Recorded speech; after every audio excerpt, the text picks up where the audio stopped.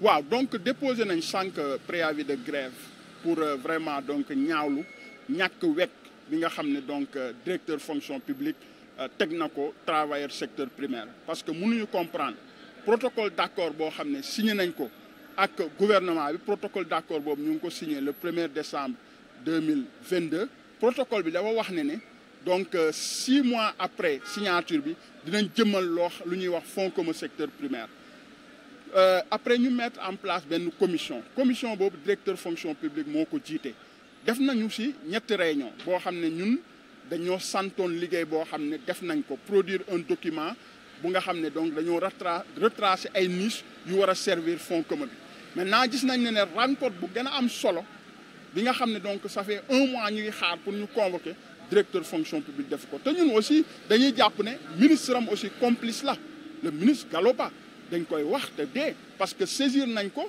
wax nañu donc nécessité pour mu joxe instruction ñu convoquer réunion bi defu ko donc ñun dañuy jàpp ne complice la léegi nag ñun déposé nañ préavis comme constitution bi nu mu ñu ko donc joxe fii ak 1 mois ça veut dire que le 8 lay jeex le 9 dañuy dem rapidement et immédiatement sans délai ci grève générale sur toute l'étendue du territoire national balaa ñuy àgg foofu nag ñu ngi wax interpeller gouvernement bi ñu signé woon protocole d'accord bi yëpp ñu fexe ñu continuer poursuivre les travaux gis nañ ne nag secteur primaire soo jëlee téeméer juróom-ñaar fukki yëpp ñoo ŋànk économie réew mi suñ demee grève dina am ay jeexintal te comprendre nañ ne aussi ne dañuy dem campagne électorale mais loolu du ñu tax suñ fa àggee ñu poursuivre donc suñu mouvement de grève parce que mënuñu véritablement comprendre état de fait bii nii dilatoire bii nii de la part des autorités te simple réunion la ñu wax ñu convoqué depuis 1 mois donc mënuñu fexe ba convoqué réunion bi def nañ lépp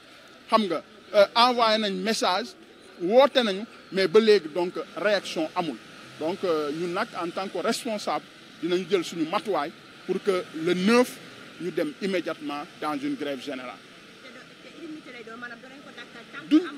duñ ko dakkal tant que amuñ satisfaction parce que loolu aussi defoon nañ ko fi en 2022 donc amoon na donc benn grève illimitée boo xam ne enclenché woon nañ ko loolu nag véritablement xam nañ ne donc secteur primaire dafa am solo ci économie réew mi donc suñu bàyyee ñu àgg foofu ñun dañuy mettre suñu menace à exécution te loolu nag population moo ci sonn moo tax ñu ngi dànkaafu donc autorités yi di wax population bi aussi lépp loo xam ne war na am ci secteur primaire bi responsable bi mooy ministre de la fonction publique ak son directeur.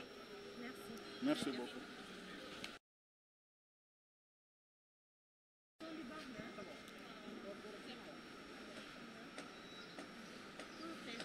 Je m'appelle Omar Dramé, secrétaire administratif de l'intersyndicale des travailleurs du secteur primaire.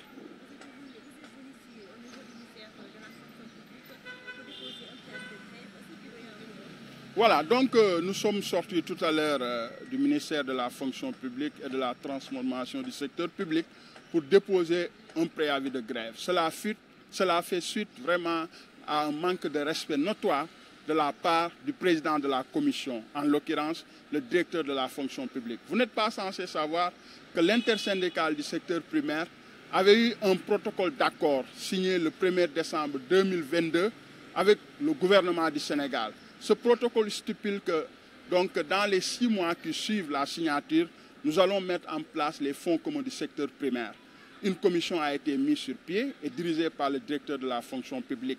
Nous avions fait donc 3 rencontres et que nous avons produit un document qui retrace toutes les niches qui seront susceptibles de servir, de pouvoir servir à remplir les fonds communs. Mais hélas, la rencontre la plus importante donc, que nous attendons depuis 1 mois, qui devrait être convoquée par le directeur de la fonction publique, donc cette rencontre n'est pas convoquée. Et ce que nous trouvons inacceptable et inadmissible, parce que nous ne pouvons pas comprendre. Les documents ont été transmis depuis longtemps et que donc nous attendons à la validation dans la commission et que les documents soient instruits par les ministres concernés pour véritablement passer à autre chose. Mais ce dilatoire, n'est-ce pas, du directeur de la fonction publique est même soutenu par son ministre, parce que le ministre a été saisi et que véritablement il n'a rien fait dans ce sens. Nous jugeons véritablement que le ministre aussi est complice de cela. C'est pourquoi, à la fin du préavis de grève, nous allons véritablement enclencher une grève générale immédiatement, sans délai. Sur l'étendue du territoire, parce que l'intersyndicale est nationale. Et je pense que nous avions fait une grève de 3 mois dans le passé et nous savons les conséquences qui ont été surgies dans cette grève. Imaginez, 70% de l'économie de ce pays donc, est détenue par le secteur primaire. Les conséquences sont énormes. Il n'y aura plus d'exportation des produits ni importation. La campagne de commercialisation arachidière sera donc mise en question. Au niveau de l'élevage, la vaccination et tout ce qui s'ensuit. Donc tout ça, imaginez les conséquences qui vont surgir. Nous tenons l'unique responsable, le ministre de la fonction publique et le directeur de la fonction publique. Avant d'en arriver à cette situation, nous demandons qu'il convoque cette réunion de commission pour poursuivre les travaux. Et véritablement, si cela n'a pas été fait, en tant que syndicaliste responsable, nous allons attendre la fin du préavis pour enclencher une grève générale.